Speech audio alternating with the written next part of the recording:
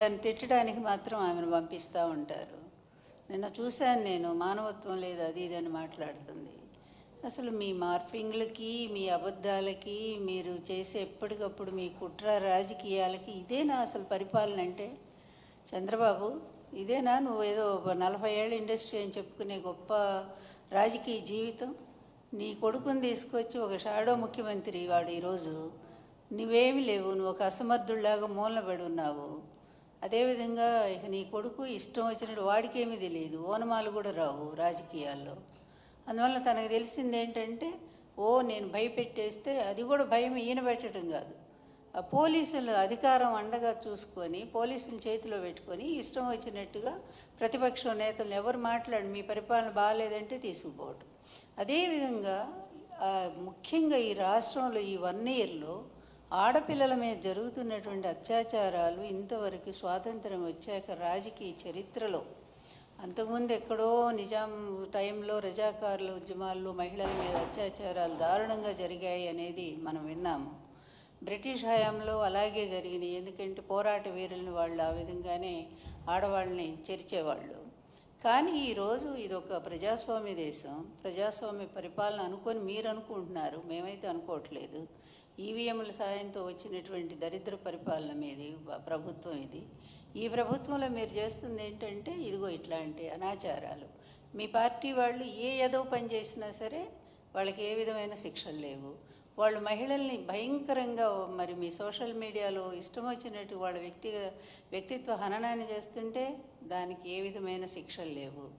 కానీ సాక్షి మీడియాలో ఒక అనలిస్టు ఒక విషయాన్ని చెప్తూ దాన్ని మాట్లాడితే దాన్ని తీసుకెళ్ళి కొమ్మినేని గారికి అంటగట్టి అప్పటికప్పుడు ఆయన మీద కేసు పెట్టి తీసుకెళ్ళి, ఇదా మీ పరిపాలన? ఇది సుపరిపాలన అంటారా?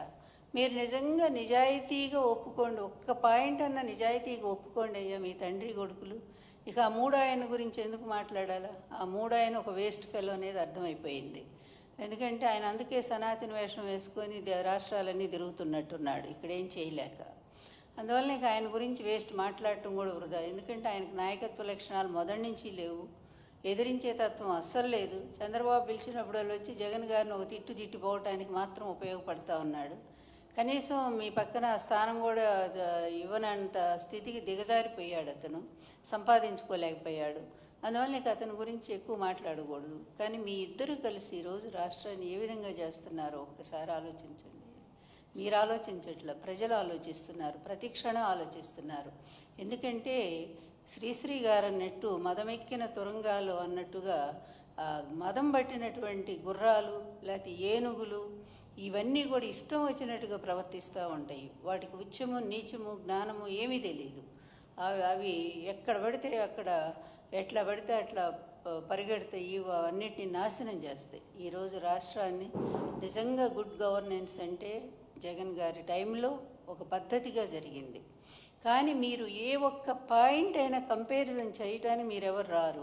ఎందుకంటే మీ పచ్చ మీడియా బాకాల్లో ఊదుతూనే ఉంటాయి మిమ్మల్ని. నిన్ను లోకేష్ని ఇద్దరిని కూడా అక్కడ కూర్చోబెట్టి ప్రైమ్ మినిస్టర్ని కలిస్తే దానికి మొత్తం పేజీలన్నీ కూడా ఈనాడు ఏబిఎన్ పెట్టేస్తారు. ఏంటి ప్రైమ్ మినిస్టర్ మీ మిత్రపక్షం కదా, మీ కూటమి కదా, ఒకళ్ళ మీద ఒకళ్ళు ఈరోజు డిపెండ్ అయ్యలేరా? అది కూడా కలిస్తే దానికి ఒక పెద్ద అది వీరత్వమా శౌరత్వమా? ఆయన వల్ల ఇదిగో ఇన్ని వేల కోట్లు ఈ రాష్ట్రానికి మరి వస్తూ ఉన్నాయి, పరిశ్రమలు వచ్చినాయి, ప్రైమ్ మినిస్టర్ గారు యాక్సెప్ట్ చేశారు.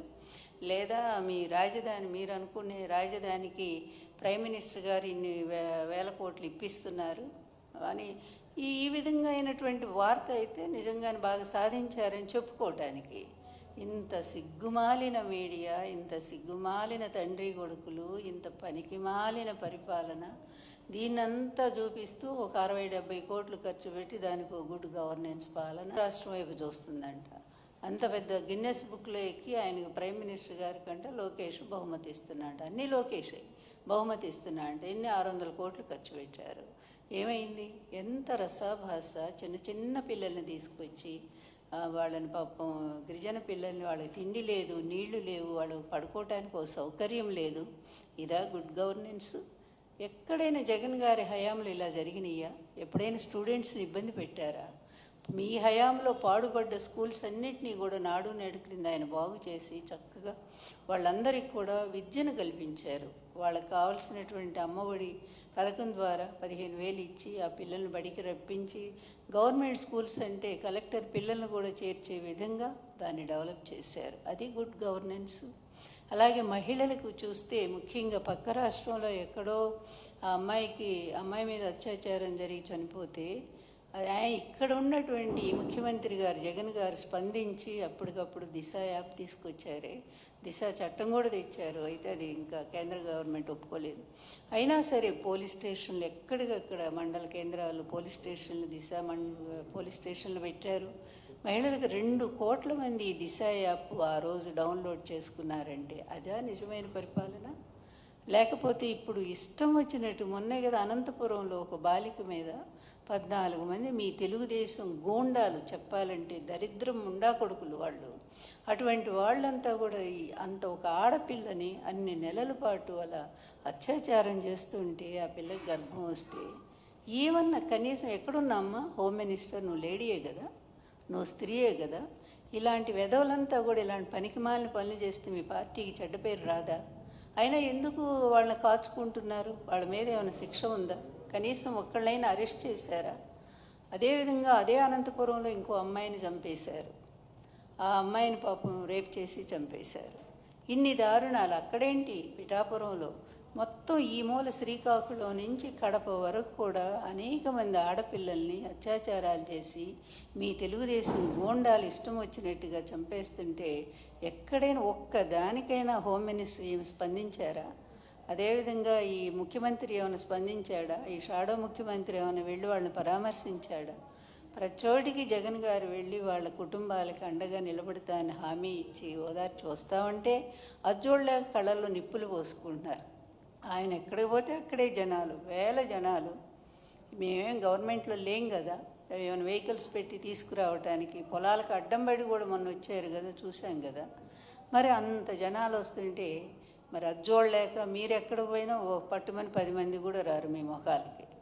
అలాంటి అవి చూసి మీరు ఆయన మీద కేసుల మీద కేసులు. ఏంటిరా మీ పరిపాలన? నిజంగా ఎంత దరిద్రంగా ఉందో ఒక్కసారైనా ఆత్మవిమర్శ చేసుకోరా? ఆత్మవిమర్శ చేసుకోవాలి కదా.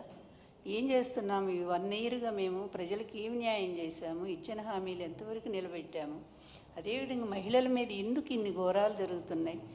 మరి జగన్ గారి టైంలో చేయూత ఏమిటి, ఆసరా ఏమిటి, అదేవిధంగా ఈబీసీ క్రింద ఒకటేమిటి, ఎన్ని రకాలుగా మహిళలకు కొన్ని లక్షల రూపాయలు, 15-20 లక్షల రూపాయలు విలువైనటువంటి ఇళ్ల పట్టాలు, స్వయంగా ఇళ్ళు కూడా ప్రభుత్వమే కట్టించి ఇస్తానని అంతమందికి దాదాపు 30 లక్షల మందికి మహిళలకే ఇళ్ల పట్టాలు ఇచ్చారే. అదే పరిపాలన? లేకపోతే వాళ్ళ పట్టాలన్నీ లాక్కొని మీ వాళ్ళు ఆక్రమించేస్తుంటే మీరు చూస్తా ఊరుకుండే ఇది గుడ్ గవర్నెన్సా? మీరు ఆలోచించండి ఒక్కసారిగా. మీరు కాదు, మీరు ఎట్లాగా ఆలోచించరు. ఎందుకంటే అధికారం అనేటువంటి ఒక మత్తులో అవినీతిలో కూరుకుపోయినటువంటి మీ కూటమి ప్రభుత్వం ఈరోజు ఏదో పెద్ద ప్రశ్నిస్తాము అని జగన్ గారి టైంలో వీరనారిలాగా మాట్లాడినటువంటి పురంధరేశ్వరి గారు మీరెక్కడున్నారమ్మా? మీరేం చేస్తున్నారు? మీరేమి దీని గురించి పట్టించుకోరా? మరి ఇంతమంది ఆడపిల్లలు కనీసం మీ పార్టీ తరపునైనా, మీరు పార్టీ అధ్యక్షురాలే కదా, మీరెళ్ళి ఒకసారైనా సరే అక్కడ వెళ్ళి ఆ పిల్లలు ఏంటి ఇంత అన్యాయం జరుగుతుందని మీరు మాట్లాడితే కొంచెం గవర్నమెంట్ భయం వస్తుంది కదా ప్రభుత్వానికి. అంటే పరోక్షంగా మీరు మిత్రపక్షం అనేటువంటి పేరుతో చేసే ఏదో పనులన్నిటి కూడా మీరు సపోర్ట్గా నిలబడతారా? అంటే ఈ చెడులో మీరు కూడా ఉన్నారు కదా. కర్త కారయిత చైవ ప్రేరకశ్చ అనుమోదకాః చత్వారో సమభాగినః అని భారతమే చెప్తా ఉంది కదా. చేసే పాపాల్లో కానీ చెడులో కానీ మంచిలో కానీ నలుగురు భాగస్వాములు అవుతారు. కానీ ఇక్కడ 3 ఉన్నారు. అందుకే 3ను గూర్చిరా మొండదయ్యమని శ్రీనాథుడు ఎప్పుడో చెప్పాడు. 3 కలిస్తే అది నాశనమే అయిపోతుంది అన్నట్టుగా ఈరోజు ఆంధ్రప్రదేశ్ పరిస్థితి చూస్తే సర్వనాశనం, అభివృద్ధి లేదు. అమరావతి పేరుతో పెద్ద అవినీతి భాగవతం జరుగుతూ ఉంది అక్కడ. అదేవిధంగా రాష్ట్రంలో ప్రజా వ్యవస్థ అంతా కూడా అస్తవ్యస్తం అయిపోతూ ఉంది. లాండ్ ఆర్డర్ అసలు ఎక్కడుంది, అటకెక్కి కూర్చుంది. పోలీసుల్ని మీ చేతిలో మనుషుల్లాగా మార్చేసుకున్నారు. వాళ్ళకి మరి ఇష్టం వచ్చినట్టుగా కేసులు పెట్టిస్తూ ఉన్నారు. ఆ సెక్షన్లో ఏంటి? కోర్టు ఎన్నిసార్లు మీకు మొట్టికాయలు మొట్టింది? ఏమన్నా కొమ్మినేని గారి విషయంలో సుప్రీంకోర్టు ఎంత తీవ్రంగా మాట్లాడి సిగ్గు రాదా మీకు? ఇంకా ఏమాత్రం కూడా సిగ్గు లేదా? అది ఉంటే ఇదంతా ఈ పిచ్చి పనులన్నీ ఎందుకు చేస్తారు? ఇప్పటికైనా చంద్రబాబు చెప్తున్నా వినవయ్యా బాబు, ఎందుకంటే ఈ కుటుంబంలో పెద్దదాన్ని నేను. అందువల్ల నేను చెప్తున్నా, నీ కొడుకును పక్కన పడి వాడిని తీసుకెళ్ళి ఇంట్లో కూర్చోబెట్టు, పాలు అమ్ముకోమని చెప్పు శుభ్రంగా. హెరిటేజ్ పాలు బాగా సంపాదించావు కదా అవినీతిలో, ఆ పాలు పెరుగు అమ్ముకుంటూ బతుకుతాడు. కనీసం నువ్వన్న కొంత నయం అనేటువంటిది ప్రజల్లో ఉంది. అందువల్ల ఈ చివరి టైంలోనైనా అతన్ని తీసుకెళ్ళి ఇంట్లో పడేసి నువ్వు శుభ్రంగా మంచి పరిపాలన అందించు. ఈ 3 ఏళ్ళు 4 ఏళ్ళు ఈ అమ్మాయిలకు జరుగుతున్న అత్యాచారాల మీద, అన్యాయాల మీద స్పందించు. ఎంత దారుణాలండి, ఎన్ని దారుణాలండి. ఆ కుటుంబాలు ఏడుస్తున్నాయి రోడ్డును పడి. ఒక్క రూపాయన్న ప్రభుత్వం సాయం చేసిందా ఈ ఆడపిల్లలకి? అసలు మహిళలకే చేస్తూ ఉందా? ఏది చేయకుండా గ్యాస్ అన్నారో అది గ్యాస్ అయిపోయింది. అదేవిధంగా అమ్మఒడి చూస్తే అదేదో కొంతమందికే అందింది, అది కూడా మీ వాళ్ళకే అందింది అనుకుంటా. లేకపోతే ఒక్కో కార్డుకి 90 మంది ఏంటండి పిల్లలు? అసలు ఎక్కడన్నా ఉందా ఇట్లాంటివి? అంటే దొంగ లెక్కలు, మరి ఈ విధంగా దొంగ పంపిణీలు, మళ్ళీ పరోక్షంగా అదంతా కూడా తెలుగుదేశం పార్టీ వాళ్ళకి అందేటట్టు చేయటం, ఇదే పరిపాలన. ప్రభుత్వం అనేది పారదర్శకంగా ప్రజలకి ఒక సిన్సియారిటీ, ఒక నమ్మకాన్ని కలిగించాలి. అలాంటిది మీరంతా కూడా అవినీతి కోసం ప్రజల్ని మభ్యపెట్టి ప్రజల్ని వెన్నుపోటు పొడిచేటువంటి ఒక ప్రభుత్వంగా తయారైపోయింది. ఎవరినైనా సరే పెద్ద మనుషులు కాస్త మేధావులు అనుకున్న వాళ్ళకి మీరు వాళ్ళతో మాట్లాడించినా చెప్తారు గత ప్రభుత్వం ఎలా ఉంది, అభివృద్ధిలో దూసుకుపోయింది, జీఎస్టీలో నంబర్ 1 ఉన్నాము రాష్ట్రంలో. అదేవిధంగా పథకాల అమల్లో క్యాలెండర్ పెట్టి డేట్లు వారీగా ఇచ్చాము. మహిళల్ని మరి ఉద్ధరించడంలో, మహిళా సంక్షేమ పథకాలు అమలు చేయటంలో అన్నిట్లో కూడా 50% 60% మహిళలకు ఇవ్వటంలో, మహిళా సాధికారతను మరి ఒక సుప్రతిష్టంగా అంత సక్సెస్ఫుల్గా అమలు చేయగలిగింది ఒక్క జగన్మోహన్ రెడ్డి గారి ప్రభుత్వమే. మరి మీ ప్రభుత్వం వచ్చాక మహిళలంతా ఏడుస్తున్నారు, దుఃఖిస్తున్నారు. రోడ్డు మీదకి వెళితే ఏ గుండా లాక్కుపోతాడో అని బిక్కుబిక్కుమంటూ ఆడపిల్లలు బయటికి పంపటానికే భయపడుతున్నారు. సిగ్గుచేటు కదా మీకు? ఇదా మీ ప్రభుత్వము? ఆడపిల్లల్ని కాపాడలేనటువంటి ఎందుకయ్యా చెప్పుకోవటం? ముఖ్యమంత్రి లేకపోతే ఉప ముఖ్యమంత్రి లేకపోతే ఇంకో షాడో ముఖ్యమంత్రి, ఇవన్నీ కూడా ఎందుకు ఇట్లాంటి పేర్లన్నీ చెప్పుకోవటం? అందువల్ల ఆడపిల్లల్ని రక్షించాల్సినటువంటి బాధ్యత ప్రభుత్వం మీద ఉంది. అలాగే మహిళల గౌరవాన్ని కాపాడాల్సిన బాధ్యత ఉంది. పేదవాళ్ళైనటువంటి మహిళలను పూర్తిగా ఆదుకోవాల్సినటువంటి బాధ్యత కూడా ప్రభుత్వానికే ఉంది. జగన్ హయాంలో ఎలా ఇచ్చారో ఒక్కసారి అవి తెప్పించి చదువుకోండి. ప్రజల్ని అడగండి, జగన్ హయాంలో ఏమేమి అందినాయో తెలుసుకోండి. అన్ని డేటాలు మీ దగ్గర ఉంటాయి, కానీ అమలు చేసేటప్పుడు మాత్రం అన్నీ పక్కకు పోతూ ఉంటాయి. అందువల్ల జగన్ గారి హయాంలో మహిళలకు ఒక స్వర్ణ యుగమది. కానీ నీ హయాంలో ఇది ఒక రాక్షస పాలన. ఎప్పుడో హిరణ్యకశిపుడు, హిరణ్యాక్షుడు వాళ్ళు ఇలాగే ఋషుల్ని, ఆడవాళ్ళని చెరబట్టేవాళ్ళట. సేమ్ ఇప్పుడు నారాసురుడి పరిపాలనలో కూడా మహిళల్ని చెరబట్టేటువంటి దుస్థితి, ఆ విధమైన రాక్షస పాలన ఈరోజు కొనసాగుతూ ఉంది. అందువలన ప్రజలంతా ఎదురు చూస్తూ ఉన్నారు, జగన్నాథుడు ఎప్పుడు వస్తాడా అని చెప్పి. ఈ రాక్షస పాలన అంతం చేసి మళ్ళీ మాకు ఆ జగన్నాథుడే కావాలి అని చెప్పి ప్రజలంతా కూడా కోరుతూ ఉన్నారు. అందువల్ల మీది గుడ్ గవర్నెన్స్ కాదు, వెరీ బ్యాడ్ గవర్నెన్స్ ఇది. అందువల్ల మీకు ఎట్లాగూ ఈ ఆత్మవిమర్శలు లేవు, సమీక్షలు లేవు, మీ పరిపాలన మీకు చెప్పే సలహాదారులు లేరు. సలహాదారులు ఎవరంటే మీ మీడియా, ఏబిఎన్ ఆయన చెప్పాలా, లేకపోతే ఈనాడు ఆయన చెప్పాలా? వాళ్ళు బాగుందని రాస్తూనే ఉంటారు, ఎందుకంటే వాళ్ళ డబ్బులు వాళ్ళకి కావాలా. మీరు ఇచ్చేటువంటి ఆ డబ్బుల కోసం వాళ్ళు పిచ్చి రాతలు అలా రాస్తూనే ఉంటారు. ఇక పనికి మాలిన టీవీలు, TV5 ఒకడున్నాడు. వాళ్ళు ఈ విధంగా అబద్ధాలని మరి నిజాలుగా నమ్మిస్తూ ప్రజల్ని నమ్మించడానికి ప్రయత్నం చేస్తూ, కానీ ప్రజలు నమ్ముతారనేటువంటి ఒక భ్రమలో బ్రతుకుతూ వాళ్ళు బాగుపడుతున్నారు, మీరు బాగుపడుతున్నారు. కానీ రాష్ట్రం మాత్రం దివాళా తీస్తూ ఉంది. వచ్చిన సంవత్సరంలోనే 1,60,000 కోట్ల రూపాయల అప్పులు మాత్రం చేశావు. అవి ప్రజలకు ఏం చేశావంటే మాత్రం సమాధానం లేదు నీ దగ్గర. అందువలన ఇంత వరస్ట్ పరిపాలన ఇంతవరకు భారతదేశ చరిత్రలో, ఆంధ్రప్రదేశ్లో ఎంతోమంది ముఖ్యమంత్రులు వచ్చారు, కానీ ఎవ్వరూ కూడా ఇట్లాంటి పనికిమాలిన పరిపాలన అందించలా. ఎందుకు జరుగుతోందంటే అందరికీ తెలుసు, నీ కొడుకు వల్లే ఇదంతా కూడా జరుగుతోంది. లేకపోతే ఎప్పుడైనా ఇలా అరెస్టులు చేస్తారా? ప్రతి ఒక్కళ్ళని అరెస్టులు చేస్తారా? జర్నలిస్టులు గొంతులు నొక్కుతారా? జగన్ గారి టైంలో అలా జరిగిందా? అందువల్ల ఇప్పుడు ఎవరిది రెడ్ బుక్ రాజ్యాంగం నడుస్తూ ఉందనేది అందరికీ అర్థమైంది.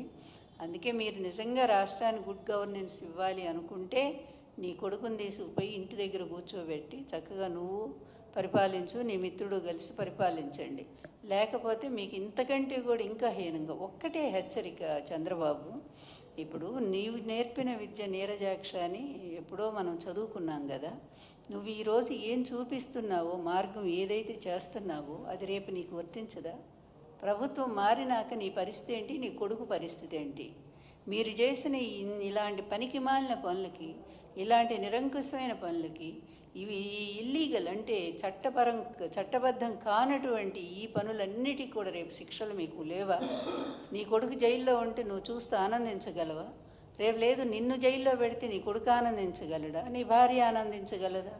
మరి ఇలాంటివన్నీ కూడా మీరే దారి చూపిస్తూ అమాయకులందరినీ బలి చేస్తూ ఉంటే రేపు ప్రభుత్వం మారాక ఆ ప్రభుత్వం మీ మీద చర్యలు తీసుకోదా? దానికి బలయ్యేది ఎవరు? ముందు మీరే అవుతారు కార్యకర్తల కంటే, నేను చెప్తా ఉన్నాను. దాన్ని ఆలోచించైనా కనీసం నీ కొడుకు బుద్ధి చెప్పరా మీరు? అందువల్ల చంద్రబాబు ఇప్పుడైనా సరే మీరు మేలుకోండి, ఆయన తీసుకెళ్ళి పక్కన పడేసేయండి, లేదా ఆయన ఒక పరిమితం చేయండి ఒక మంత్రి శాఖకి. అంతే తప్ప ఇష్టం వచ్చినట్టుగా రాష్ట్రాన్ని ఆయన చేతిలో మాత్రం పెట్టకండి అనేది నేను నా సీరియస్ వార్నింగ్.